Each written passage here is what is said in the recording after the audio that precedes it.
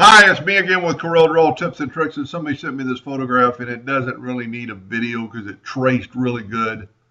But there were a few different things with it to get the yellow or the transparent background to it. And just by chance, I flipped it one time, and then I flipped it again, and that would be a pretty cool design in itself. Anyway, here's the finished product. And here's the trace version, so you can see the background is not transparent. And matter of fact, I don't even think that's the trace version. Let me look at this. Nope, that's not the traced one. I forgot to trace it. So let's get this, let's just do it real quick. Let's make this real small, because the smaller it is, the better it's going to trace. I'm going to zoom in here, click on it. I'm going to go to bitmap. I'm going to go to resample, and I'm going to make it 300. And because I made it small, it was already pretty thick. I'm going to bitmap this one to black and white. Then I'm going to go to trace and outline trace and clip art, and it traced really good. And there's your final product of the trace. Let's get this one out of the way. And let's bring this one into the yellow. And you can see the white background. And you can see the clarity of it now is a lot better. So I'm going to left click, right click. And this is the only way to do it, because you can't just delete these stars. If you try to ungroup this and delete these stars, you get nothing. It's only the stars that are connected to the edges that are going to work. So if you select it all and left click, right click, and you'll get an outline of those stars. And because we have a rectangle around this, we don't have a possibility of leaking. So we can use the Smart Fill tool. And there's our stars. And then just fill in for the flag waves.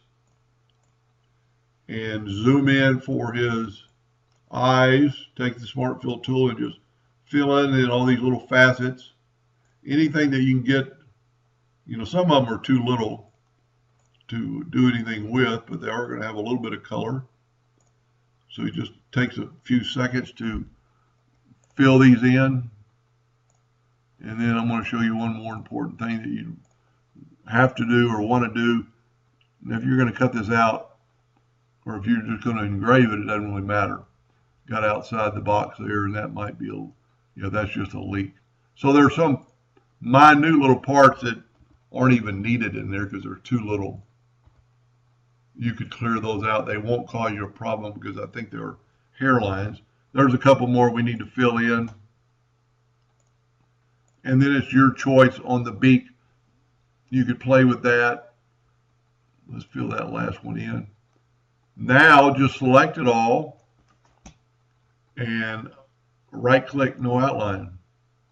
There, all your white's gone away. It will not engrave. And the person I'm doing this for, this looks pretty sharp, pretty good. There's a couple things I might fix, like right there. I don't understand what that is.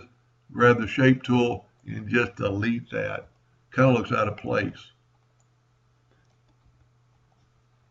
And you could always clean up little things like that part of the flag. Maybe take out that node.